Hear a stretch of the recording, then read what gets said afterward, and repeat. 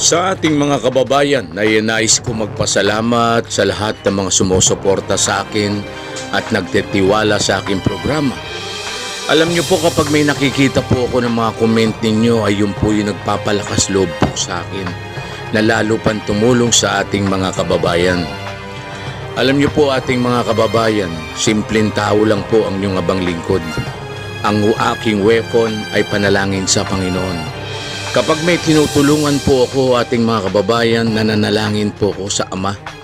Nagabayan niya po ako at tumipo siya ng taong makakatulong sa akin.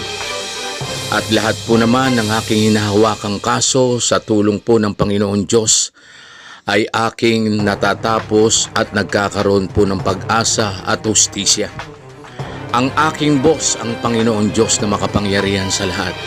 Siya ang nagbibigay lakas sa akin. Siya ang nagbibigay lakas ng loob upang matulungan ko ang aking mga kababayan.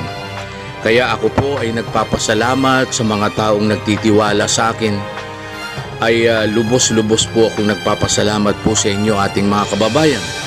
Hindi ko po kaya ito, pero pag kayo po ay nandyan, kapag may comment po kayo sa aking programa ay lalo po kong lumalakas ang loob ko. Kaya maraming salamat po sa inyo lahat.